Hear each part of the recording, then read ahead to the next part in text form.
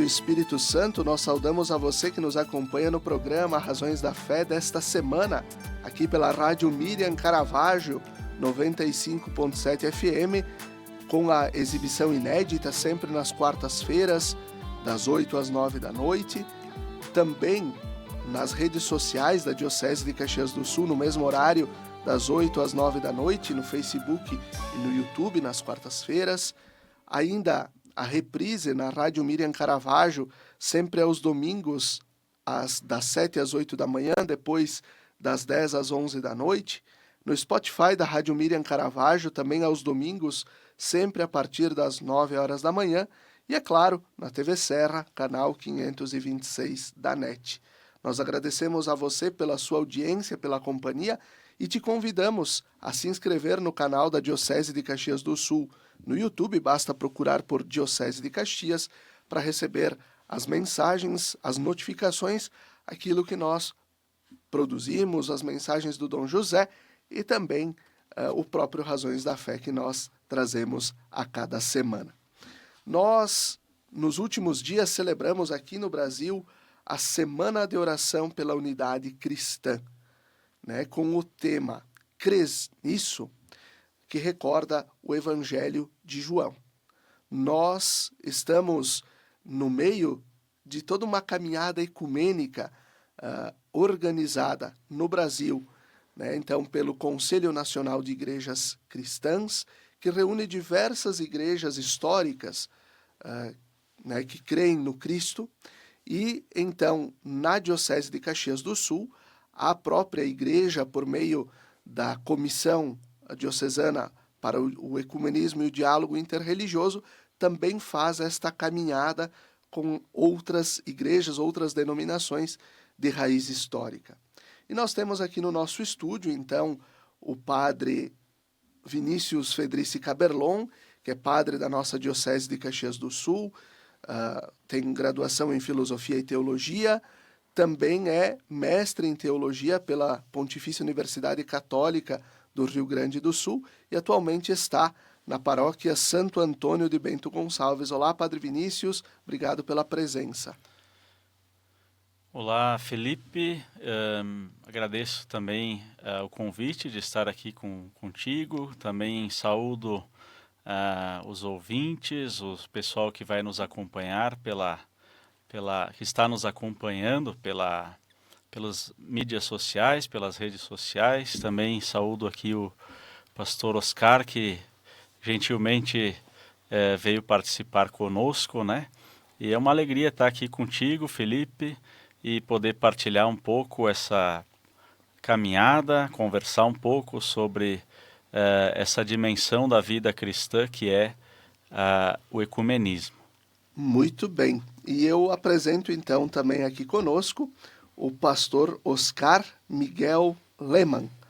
Então, pastor na paróquia de Gramado, da Igreja Evangélica de Confissão Luterana no Brasil.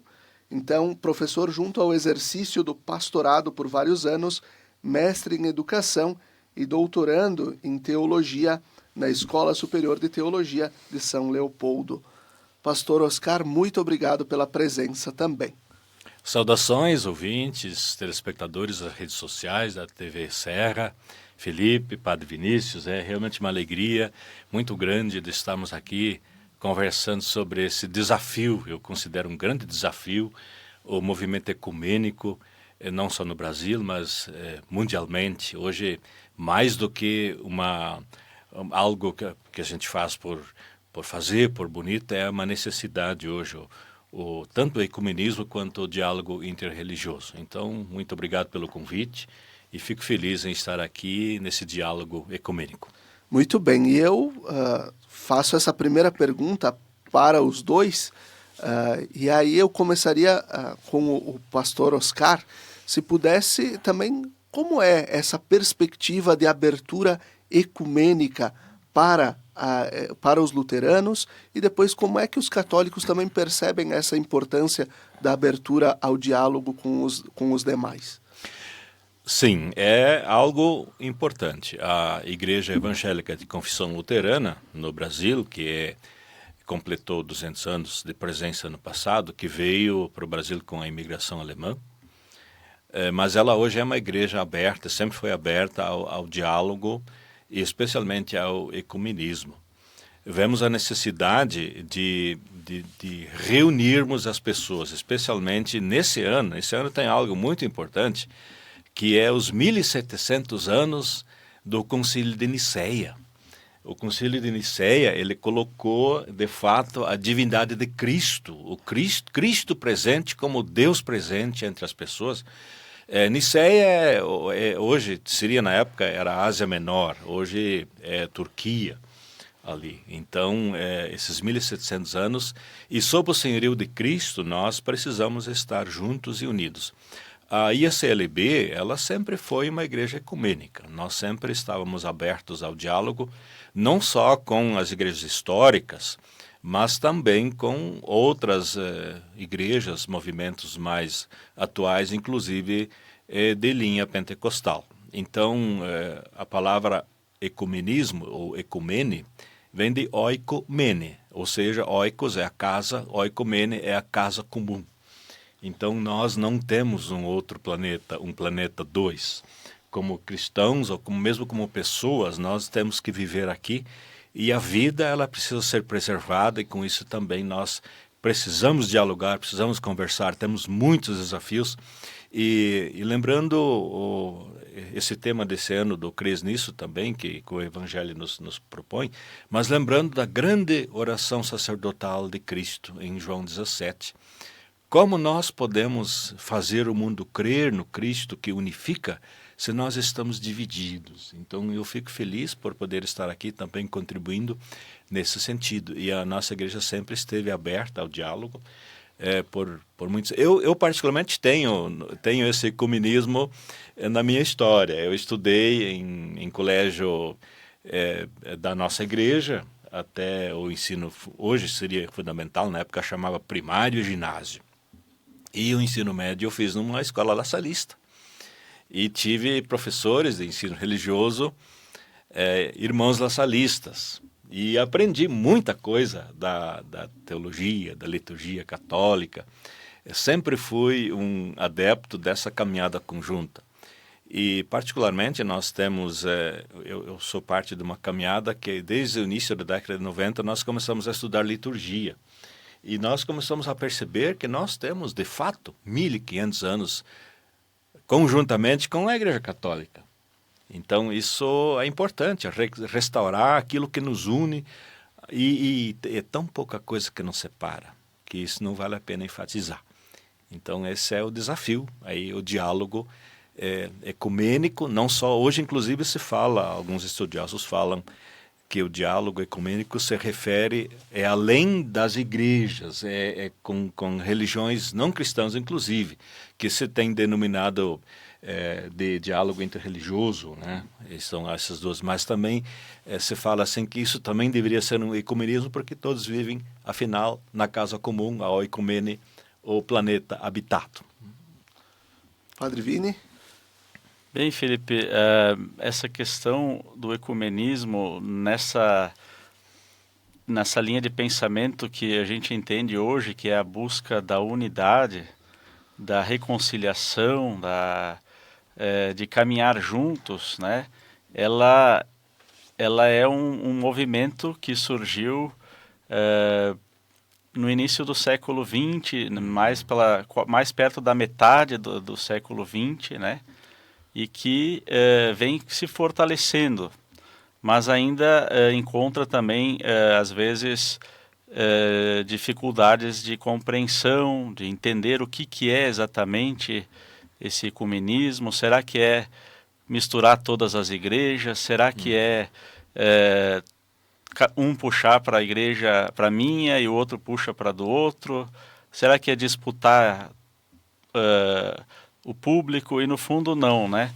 No fundo, a Igreja Católica, ela se abriu mais para o ecumenismo, que é um movimento que não surgiu dentro da igreja, né? Mas que o Espírito Santo, que age por muitos caminhos, né? Foi suscitando, porque igrejas que estavam em missão, elas percebiam que o testemunho que era dado, às vezes, ao invés de convencer aquelas pessoas que nunca tinham ouvido falar de Jesus, criava dúvidas, porque, mas por que que um é a igreja A e o outro é a igreja B?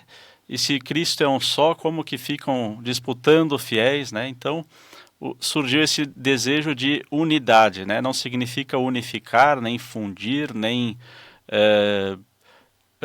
assim perder as características de cada igreja, mas de, respeitando as diferenças, né, trabalhar juntos para levar a mensagem de Jesus, para promover ações concretas de paz, de amor, de fraternidade, né? E a Igreja Católica foi se abrindo aos poucos também, né? Hoje é uma das prioridades da Igreja, todos os papas enfatizam essa dimensão da nossa fé, né? O Papa São João 23, ele dizia, né, que quando inaugurou o Concílio Vaticano II, né, que a Igreja hoje se dá conta de que o papel dela não é fazer condenações, mas é levar a mensagem de Jesus como um instrumento da misericórdia de Deus, né? E no fundo o ecumenismo é isso, né? Não estamos buscando condenar quem pensa diferente, quem tem propostas diferentes, quem tem ideias que não são iguais às nossas, mas olhando aquilo que nos une, como o pastor Oscar dizia, né, que é a fé em Cristo, que é o Evangelho, que é o sacramento do batismo, né, que é essa fonte de comunhão com Deus, que começa com a graça do batismo, valorizar aquilo que nos une, aquilo que nos aproxima, e criar então laços de amizade, respeito, fraternidade, solidariedade, enfim, porque no fundo, ao longo da história do cristianismo, teve muitas, infinitas coisas boas, mas também teve momentos em que se criaram divisões e discórdias e brigas muito tristes, né? Então, o ecumenismo busca não apagar o passado, né? Mas olhar para o futuro buscando um caminho onde prevaleça o amor entre os cristãos, né? Apesar das diferenças que também podem ser, digamos assim, obra de Deus através do Espírito Santo, né, que age de muitas formas, né, na vida de quem crê, né? Então, a Igreja se abriu principalmente a partir do Vaticano II e hoje tem como uma das suas prioridades, é claro, às vezes tem muita dificuldade, não é tão fácil, os desafios são grandes, né? Nem sempre se tem uma compreensão exata do que é o ecumenismo, mas essa busca da unidade, essa busca da fraternidade, essa busca da mútua compreensão e respeito, ela é fundamental para a Igreja Católica, né? E isso todos os papas, né, principalmente depois do Concílio Vaticano II, têm nos dito e insistido muito nessa dimensão, né? Muito bem.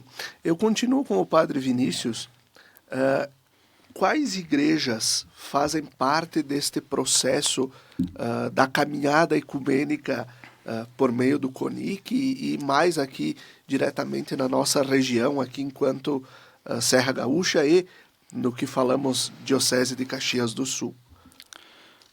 Bom, Felipe, enquanto membros do CONIC são cinco membros, né?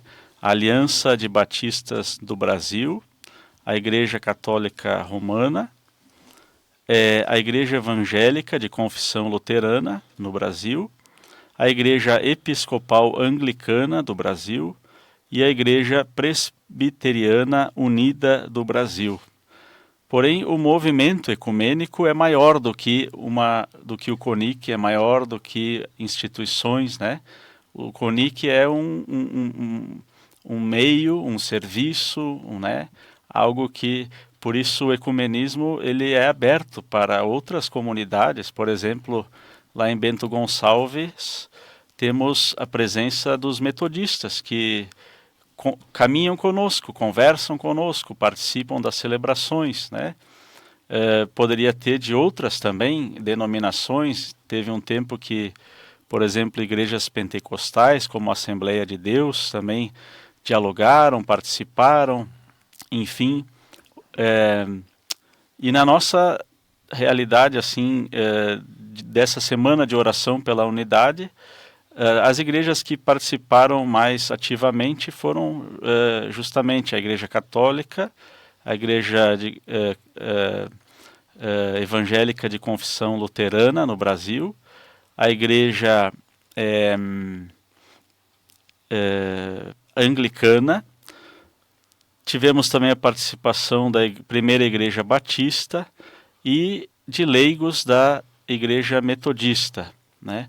Então, isso nas 3 cidades que a gente tem certeza, digamos assim, que aconteceram, né? Que foi em Caxias, em Bento e em São Francisco de Paula.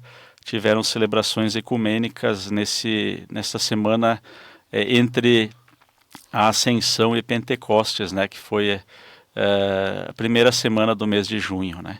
Perfeito. Pastor Oscar, o senhor falava anteriormente sobre valorizar aquilo que nos une em detrimento daquilo que é o pouco que nos diferencia. Na base, o que nos une? Temos, por exemplo, o nosso texto sagrado é único. A Bíblia é a mesma, né? Tem algumas versões diferentes. Por exemplo, os deuterocanônicos, porque quando Lutero traduz a Bíblia para o alemão, ele utiliza o texto hebraico e colocou os deuterocanônicos depois dizendo, olha, não vamos desprezá-los, vamos utilizá-los, mas eles não fazem parte do cânon original. Então a nossa Bíblia é única. Tem as diferentes versões.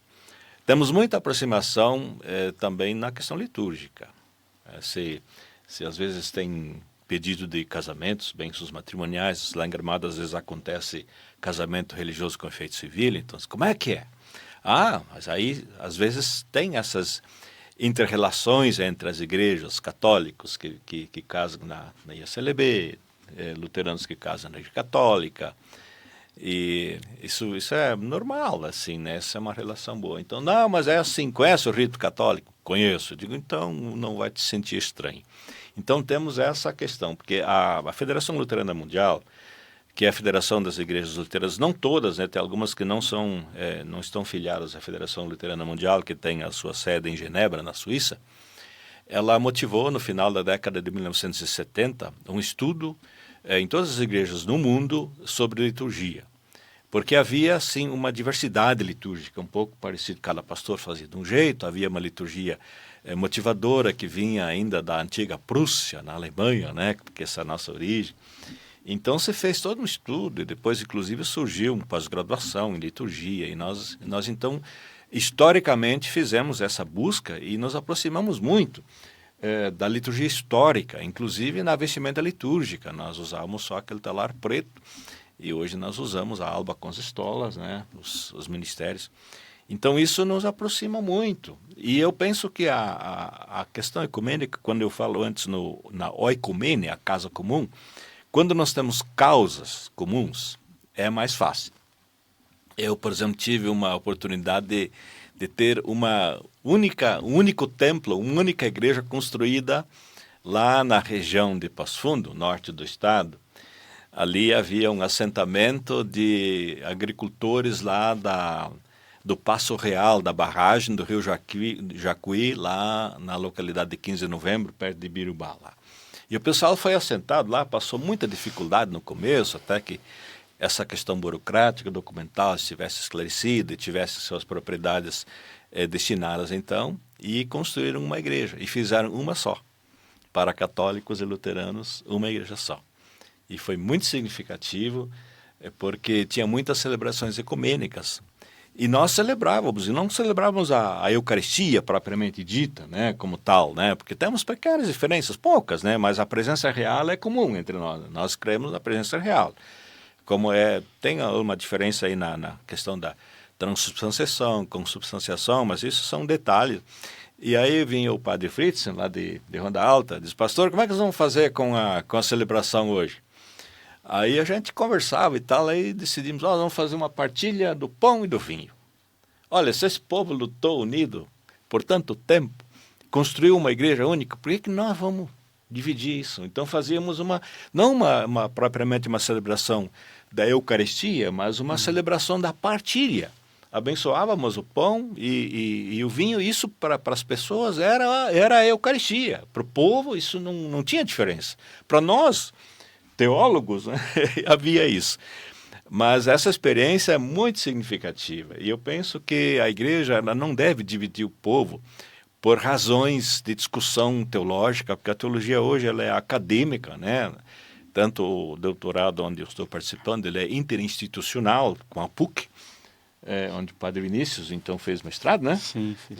E é um diálogo muito, muito interessante, profundo. Então temos essas causas comuns. E eu penso que hoje, nossas causas comuns, se a gente pensa na fé, no crer nisso, a fé no Cristo, nos motiva a um cuidado com o próprio planeta. Nós passamos aí por intempéries da natureza, passamos por dificuldades, passamos por uma pandemia.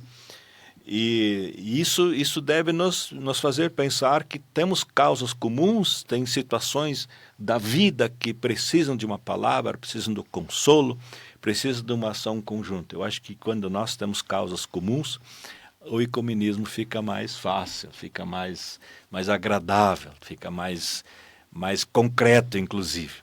Então isso nos ajuda, né? Claro que, como o padre Vinícius falou, há questões locais, né? Por exemplo, nem todos os pastores concordam, nem todos os padres concordam.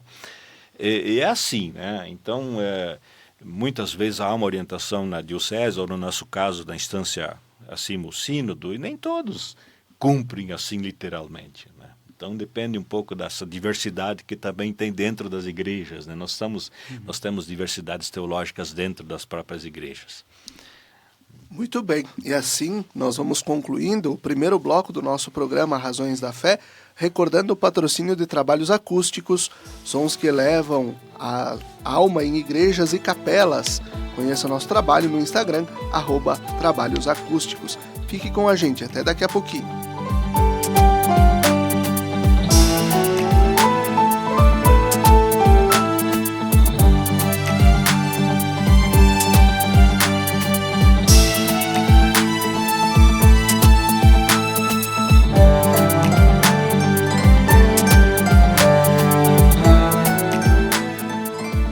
Estamos de volta com o segundo bloco do nosso programa Razões da Fé nesta semana, em que falamos sobre ecumenismo.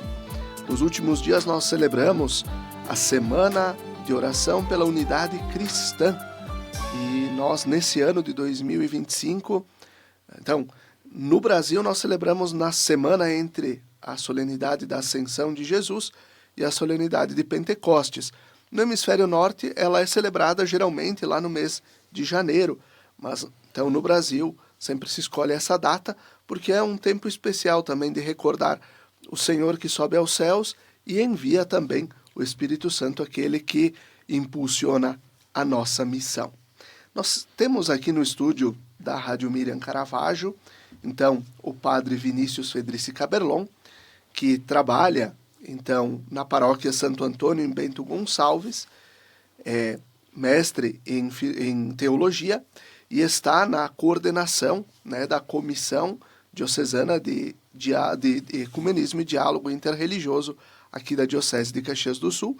E temos também conosco o pastor Oscar Miguel Lehmann, que é pastor da paróquia de Gramado, da Igreja Evangélica de Confissão Luterana no Brasil, e também é doutorando em teologia na Escola Superior de Teologia de São Leopoldo. Eu começo agora esse segundo bloco com o padre Vinícius perguntando, né? Nós falávamos anteriormente sobre, o pastor Oscar trouxe aqui aquilo que nos une também enquanto materialidade, a palavra que nos une, também os ritos que nos aproximam. Mas, ainda lá atrás, nós temos uma pessoa que nos une, que é o próprio Cristo. Como nós podemos ter essa compreensão de que, apesar de celebrar às vezes diferente, nós temos a base no próprio Cristo, Padre Vini? Bem, Felipe, eu acho bem importante essa tua pergunta, e até recordando agora o lema que o Papa Leão, do seu episcopado, ele diz assim: embora sejamos muitos, em Cristo, que é um só, somos um, né? Então é um lema também que inspira essa busca de estar em Cristo, mesmo que com as nossas diferenças, com as nossas histórias, com as nossas características, né? A Semana de Oração pela Unidade enfatizou essa passagem do diálogo de Jesus com Marta, né? Sobre a ressurreição. E ele diz: eu sou a ressurreição. Quem crê em mim, mesmo que morra, viverá. E depois ele pergunta: crês nisso? E aí, na celebração que a gente realizou lá em Caxias, eu dizia: porque cremos, estamos aqui, né? Cremos em Cristo, cremos que Ele é a ressurreição, cremos que Ele é Deus conosco, né? Também tu lembraste do Concílio de Nicéia, né? O pastor Oscar lembrou também, né? 1700 anos, foi um momento histórico, foi um momento importante da história da Igreja, e justamente teologicamente a tomada de posição naquele momento foi de afirmar, né? Jesus não é só uma criatura especial que tem aparências divinas, mas é Deus conosco, é Deus presente na história da humanidade, né? E porque cremos, né, estamos aqui. Então, um pouco isso que nos aproxima, né, que nos faz caminhar na fé em Cristo, que é um só, e que nesta fé em Cristo cremos também que há diversas formas de rezar, diversas formas de se expressar, diversas formas de cultivar esta fé, né? Eu até trouxe aqui um texto, se tu me permite, Felipe, ler. Claro. O Papa Francisco, ele teve na sua história uma relação também de proximidade com um pastor luterano chamado Andrés Huth, que foi professor junto com o Francisco, né? E também uma frase que o Papa Francisco cultivava muito, né? Essa busca da unidade na diversidade reconciliada, ou seja, houve sim divisões, houve sim discussões fortes, problemas grandes, mas essa diversidade hoje busca a reconciliação, né? E aí, uma frase de um teólogo alemão chamado Oscar Cullmann, que o Papa Francisco nos traz, ele diz assim: o objetivo não é que todos, desde o início, afirmemos a mesma coisa, mas caminhar juntos em uma diferença reconciliada. A solução do conflito religioso entre as múltiplas confissões cristãs está no caminhar juntos, no fazer coisas juntos, no rezar juntos. É esse o modo justo de proceder na resolução de um conflito, desfrutando das potencialidades de todos, sem anular as diversas tradições ou ceder ao sincretismo, que seria uma mistura, né? Uma mistura onde a gente perderia a identidade. Então o Papa diz, né? Falecido, né? Mas enfim, o Papa Francisco dizia: cada um a partir da própria identidade, em uma atitude de reconciliação, procurando buscar a unidade da verdade. E a nossa verdade maior, como tu dizia, Felipe, é claro, é a fé em Cristo, né? É a base, é aquilo que nos une, né? Então, é enfatizar isso e buscar não assim acirrar as diferenças, mas ao contrário, reconciliar, fortalecendo aquilo que nos une. Muito bem. Pastor Oscar, quais são os grandes desafios que nós temos para a caminhada ecumênica em nível, vamos dizer assim, regional, local e também em âmbito internacional? Essa pergunta aí dá uma tese de doutorado. Mas vamos lá. Eu penso que aquilo que Padre Vinícius acabou de colocar, essa questão do Cristo que nos une, e citando aí o Papa Francisco, que ainda o Papa atual, o Papa Leão, a gente ainda não caminhou muito, né? Mas o Papa Francisco me parece que foi uma grande retomada, vamos dizer assim, de João 23 na questão ecumênica, precisamente, né? Pela questão de que se reconhece também caminhadas diferentes, porque no começo muito a caminhada ecumênica era uma caminhada de tentar trazer todos de volta a unidade da igreja numa instituição, ou no caso a Igreja Católica, quando nós estudamos na sistemática, e foi citado Kuhlmann aí, né? Kuhlmann, tem que estudar o Kuhlmann, né? Quem está agora recordado de novo na teologia, aqueles teólogos, né? Quando nós estudamos a eclesiologia, eu sempre digo, eu continuo católico.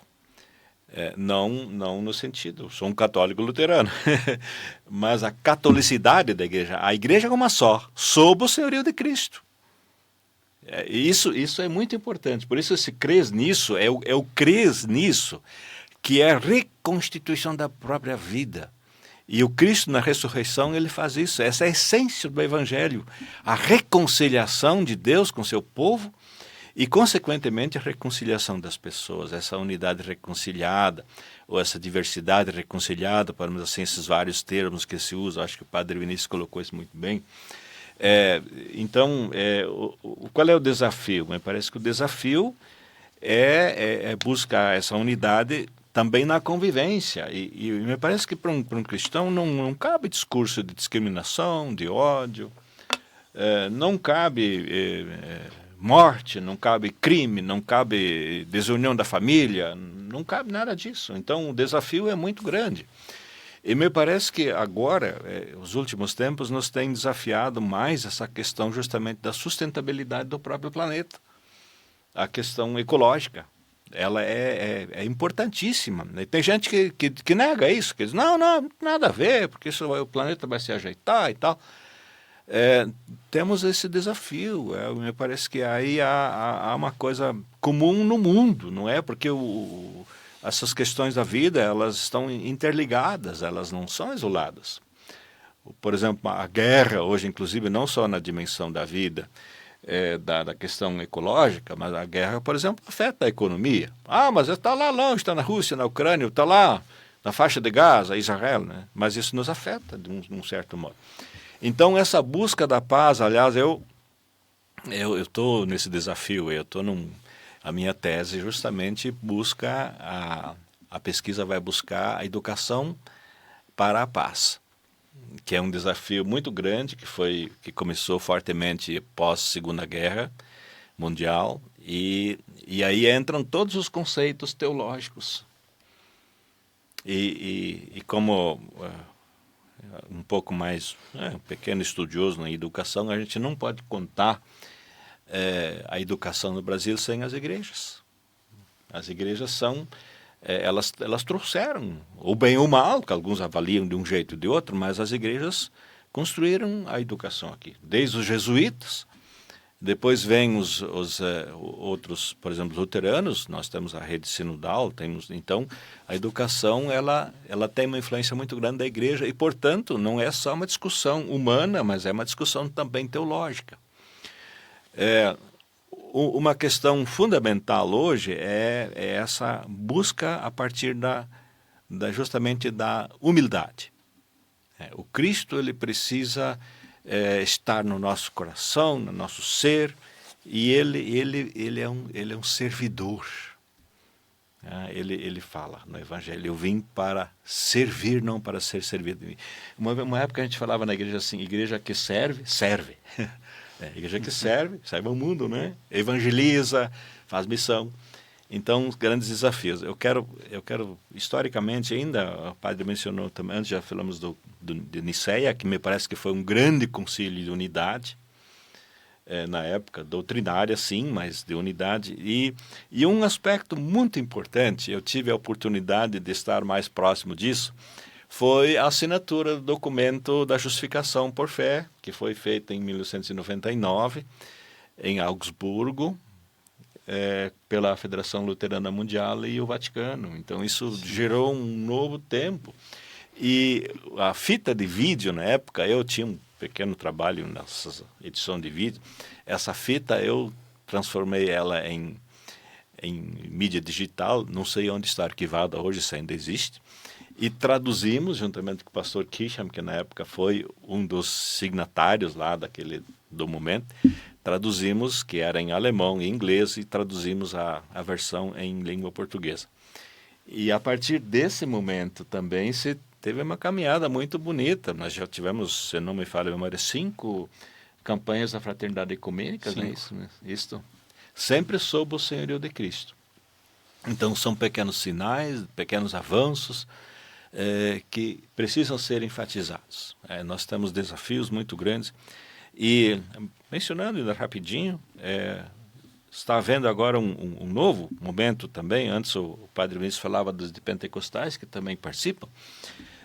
Saiu um documento entre a Federação Luterana Mundial e a Fraternidade Pentecostal Mundial, um documento sobre diálogos ecumênicos. O Espírito do Senhor está sobre mim, a partir de Lucas, o Evangelho de Lucas, capítulo 4. É um avanço muito interessante também. Claro, ainda é um diálogo de elite, de teólogos, né? Mas é interessante refletir também, aparar arestas, desconstruir preconceitos, porque as igrejas e os cristãos às vezes constroem preconceitos, sem conhecer. Não conhece? Mas aí, né, então é do mal e tal, né? Então constrói-se um preconceito. Acho que esse é o grande desafio hoje, de superarmos os preconceitos para caminhar mais junto. Muito bem. Nós vamos concluindo o segundo bloco do nosso programa Razões da Fé, recordando o patrocínio de trabalhos acústicos, sons que elevam a alma em igrejas e capelas. Conheça o nosso trabalho no Instagram, @trabalhosacústicos. Fique com a gente, até daqui a pouquinho.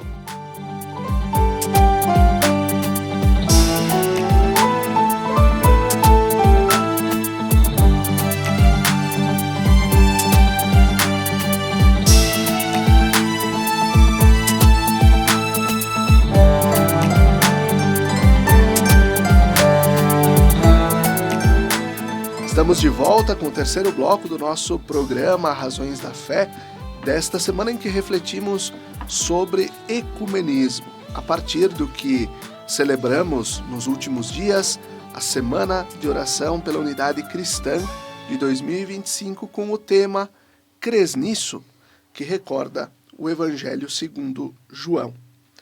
Nós temos aqui, então, nos estúdios da Rádio Miriam Caravaggio, o padre Vinícius Fedrici Caberlon, que trabalha na paróquia Santo Antônio de Bento Gonçalves, e ele é o coordenador da Comissão Diocesana para o Ecumenismo e o Diálogo Interreligioso, e também o pastor Oscar Miguel Lehmann, que é pastor na paróquia de Gramado da Igreja Evangélica de Confissão Luterana no Brasil, e também doutorando em Teologia na Escola Superior de Teologia de São Leopoldo.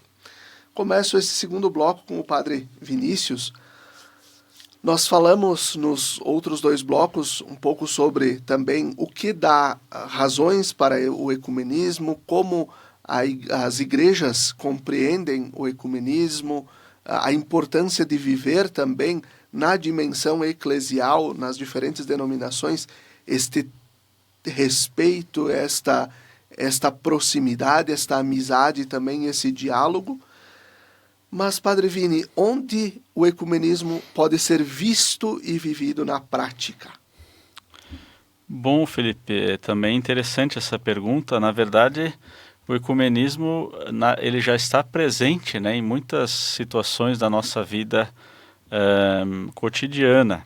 às vezes a gente nem se dá conta, né? Mas tem algum colega de trabalho, alguém na família.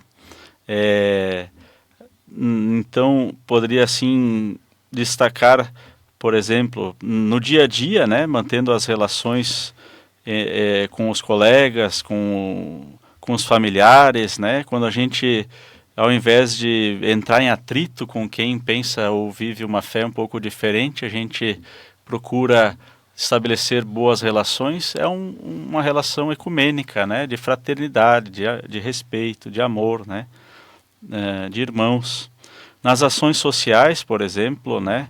Quando tivemos a pandemia ou também as enchentes, quanta obra de caridade feita sem perguntar se era da minha igreja ou da outra igreja, né? Mas por amor ao próximo, né? Nas enchentes do ano passado. Justo, isso.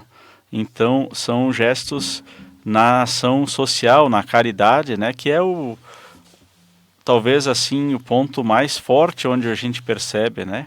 Mas também existe também a dimensão da oração nas celebrações que são promovidas. Pode ser cultivado também o ecumenismo na oração particular, pessoal, né? Que seria, poderíamos dizer assim, o ecumenismo espiritual, ou seja, com essa busca de uma conversão do coração para agir, né, conforme Jesus pede e não conforme os nossos impulsos, às vezes que criam atritos, brigas, discórdias, né, que acentuam as polêmicas ao invés de promover uma harmonia, uma paz, uma fraternidade, né. Enfim, também as orações que são promovidas pelas igrejas, né, de forma ecumênica. E, é claro, existe o debate teológico, né, que é muito importante, porque os teólogos têm uma visão profunda da fé, têm os conhecimentos, né, aprimorados e ajudam a dar uma direção também, né, onde a gente pode avançar ou onde a gente pode talvez ter um pouco mais de cuidado para evitar, digamos, problemas, né? Então, são várias dimensões onde o ecumenismo se faz presente, né? Mas o principal mesmo, eu acho que é a gente perceber que o mundo de hoje é plural, né? A sociedade de hoje é multirreligiosa, né? E que a gente precisa cultivar esse espírito de fraternidade, de paz, de convivência harmoniosa com as diferenças, né? Buscando o bem comum, o bem de todos, né? Eu acho que é isso que Deus espera de todos os cristãos. Perfeito. Pastor Oscar, nós falávamos anteriormente sobre né, a vivência da Semana de Oração pela Unidade Cristã, os desafios, nós falamos anteriormente de viver o ecumenismo. O senhor certamente acompanhou já muitas semanas de oração pela unidade, que uma vez se chamava pela Unidade dos Cristãos, e aí mudou o nome para Unidade Cristã. Como o senhor percebe este movimento ecumênico ao longo do tempo? Bem, o Padre Vinícius já citou vários pontos, né? E eu antes mencionava essas campanhas da fraternidade, que me parece que são 5. O que se percebe? Me parece que eu estou no ministério há 35 anos, já passei, né? Completei 35 anos, por isso também estou pedindo minha aposentadoria da igreja, mas não, o pastor não aposenta nunca, porque a ordenação ao ministério ele é para sempre, né? Então, vou continuar atuando em algumas áreas, também em paróquias, eventualmente onde há necessidade, mas não vou ter uma paróquia fixa como tinha até agora. Então, eu percebo, por exemplo, final da década de 80, início da década de 90, quando começava no ministério, era muito forte a questão dos movimentos sociais. E nós nos uníamos muito. Eu trabalhava na época em Passo Fundo, e era muito forte ali essa questão, e a gente era solicitado a celebrar junto com o povo ali. E era realmente um desafio. Então, a gente se uniu muito.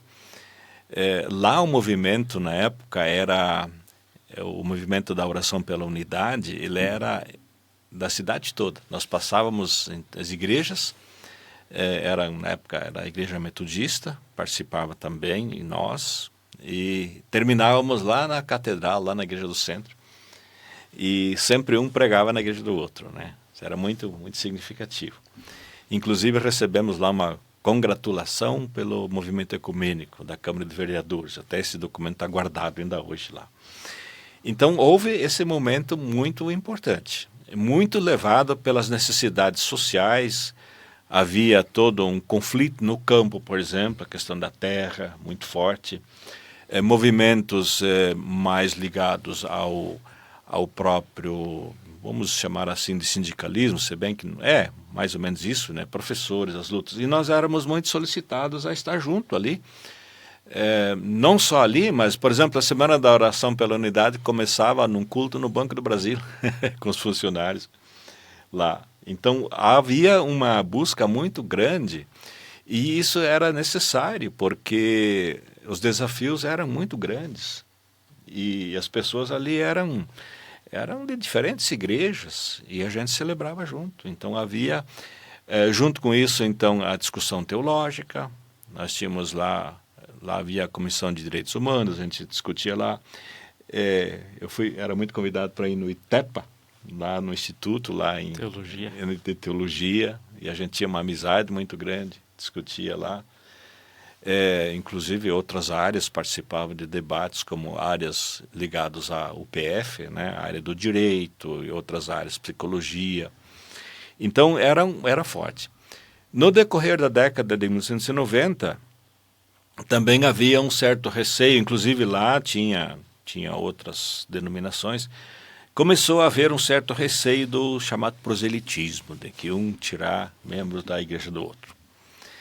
E a partir dos anos 2000, e em 2000 houve a primeira campanha da Fraternidade Ecumênica, a partir de 99 da assinatura desse documento conjunto, né, da Federação Luterana Mundial e do Vaticano sobre a doutrina da justificação. Vejam só como as coisas são lentas, né? Essa doutrina separou a igreja em 1500. E houve, então, vários concílios, acordos, saiu o documento. Tem a chamada Confissão de Augsburgo, que é um documento importante para a nossa igreja, onde se reafirmou que não somos outra igreja, somos da igreja antiga, respeitamos os credos, as Sagradas Escrituras, as tradições da igreja. E a coisa leva tempo, né? Bom, percebo que depois dos anos 2000, houve um certo recrudescimento desse movimento, em função desse medo um pouco do proselitismo. Vou lá tirar membro, né? Gosto mais desse, daquele. E as instituições também, especialmente nos últimos anos, também têm se voltado para a própria sustentabilidade.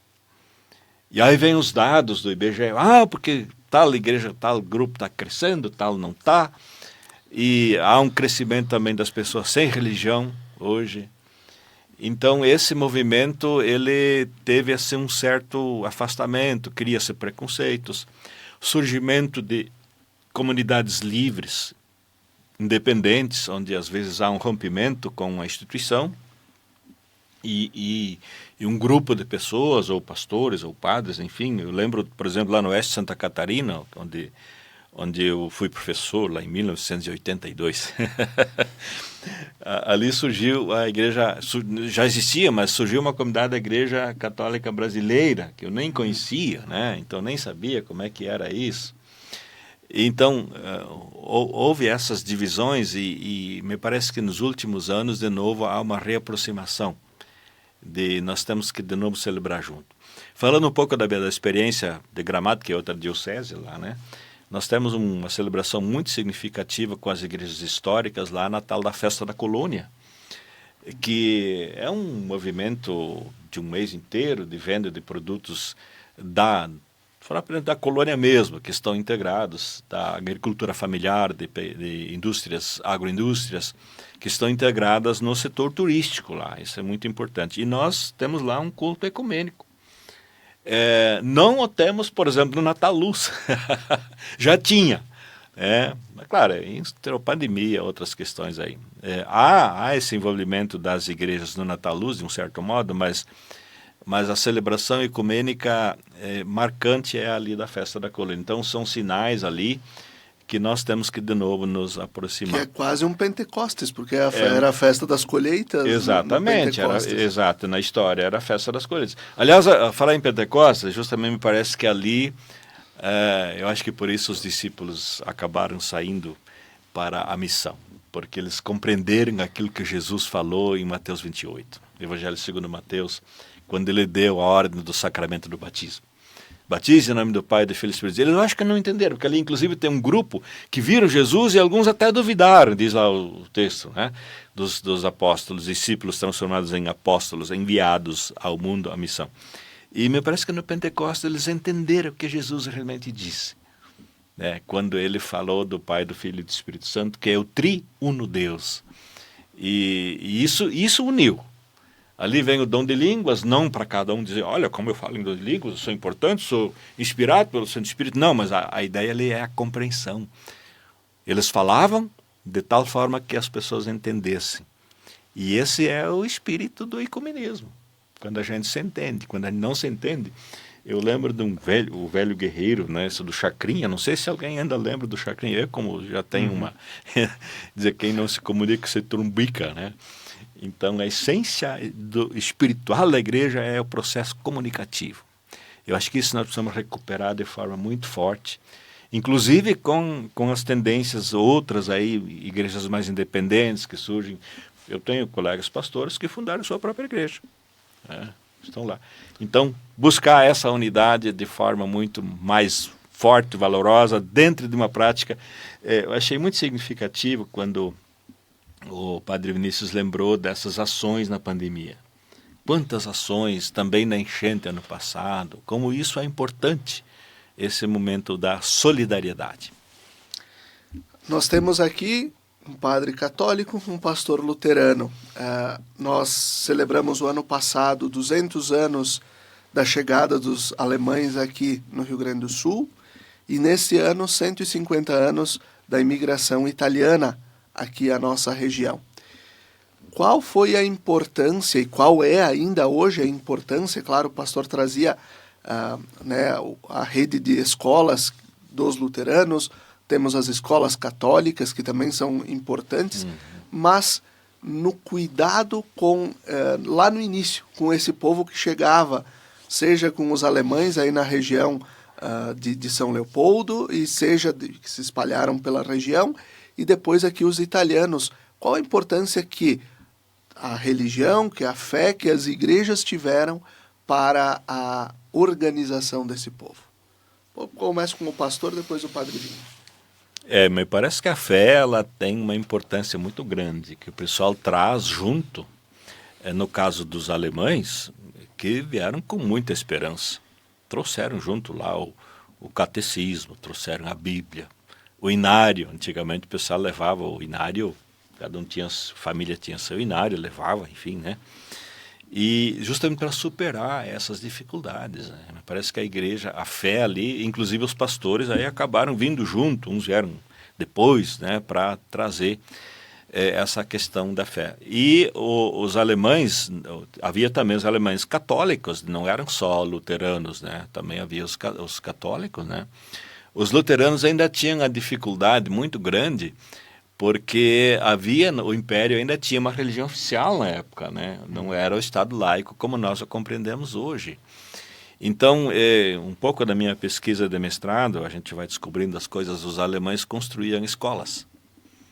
E ali faziam culto. Aí podia, porque no começo não podia fazer era lei do país, né? Não tinha muito a ver nem tanto com a igreja, mas era lei do país, não podia ter templos, não podia ter sino, né? A Igreja Católica era a religião oficial do Império, isso, né? Era a religião oficial do Império. Então eles...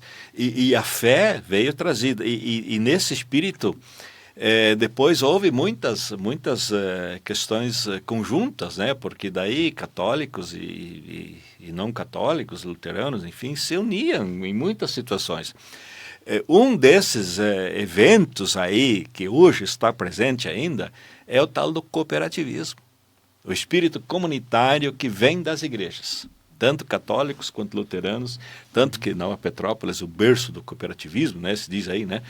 E esse espírito comunitário, isso é uma inspiração no espírito comunitário da fé cristã que veio junto. E o pessoal enfrentou muita dificuldade. Eu gosto muito das histórias aí, né? Tem a epopeia italiana ali, vale a pena assistir, né? O quanto tinha de propaganda lá, e o pessoal chegou aqui e tinha o dinheiro a rodo aqui, mas não tinha nada, era comer pinhão ou passar fome, né? Ainda bem que tinha as araucárias, né?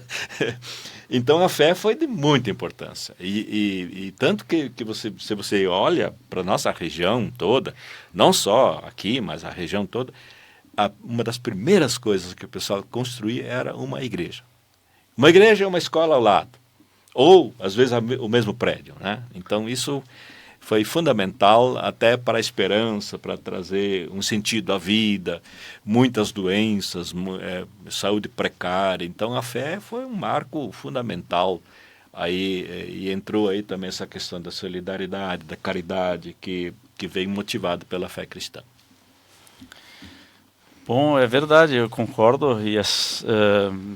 E é isso, no fundo, acho que os imigrantes chegaram aqui só com a fé, né, e a roupa do corpo e talvez algum instrumento de trabalho, e então foi,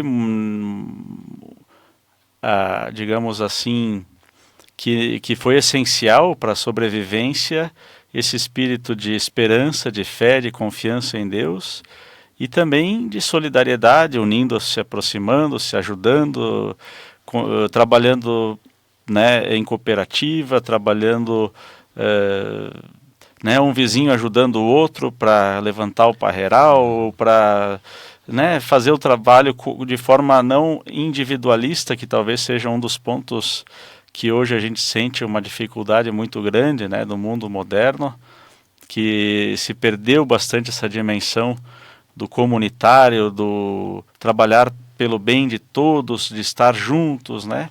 Então, no fundo, com certeza a fé foi um essencial, né, para a sobrevivência dos migrantes, dos imigrantes, e para a organização também da vida, né, como o pastor Oscar dizia, né, a primeira coisa era fazer a igreja e o salãozinho, né, um lugar para estudar, para a escola, né, cemitério se encontrar, próximo, o cemitério, era a organização a partir daquilo que eram os valores que também eles traziam no coração, né, e que queriam construir uma história sempre tendo Deus com eles, né, conosco, né. E acho que importante é recordar, valorizar, né? Claro, às vezes a gente acentua talvez que houve falhas, houve problemas, certamente que houve, né? Somos humanos, mas quanta coisa bonita, né, que herdamos, né, dessas pessoas que vieram com tanta fé, com tanta coragem, com tanta esperança, né? Então acho que isso a gente não pode jogar fora essa história, né? Muito bem. Eu não sei se vocês, agora para concluir, né, o programa, uma história que eu ouvi agora nesses dias dos 150 anos da imigração italiana, de que foi, então, um indígena que morava aqui pela região de Nova Milano, onde hoje é Nova Milano, que falava o alemão, que trouxe as primeiras famílias de imigrantes italianos para cá, para começarem a se organizar em Nova Milano. Então, era um indígena que tinha aprendido a falar o alemão, porque os alemães tinham chegado 50 anos antes, e então encaminhou essas primeiras famílias para cá, onde tinha água perto, para depois eles poderem se organizar. Então, a troca das culturas sempre é muito importante também nesse caminho religioso. Agradeço ao pastor Oscar, agradeço ao padre Vinícius por terem estado aqui, o Marco Antônio também da Pastoral da Educação e da Comissão para o Ecumenismo e Diálogo Interreligioso, que esteve aqui nos auxiliando nos bastidores. E assim a gente vai concluindo o programa Razões da Fé, Agradecendo também a você pela audiência, pela companhia, recordando o patrocínio de Trabalhos Acústicos, sons que elevam a alma em igrejas e capelas. Acompanhe nosso trabalho no Instagram, @trabalhosacústicos. Até a próxima semana, fique bem!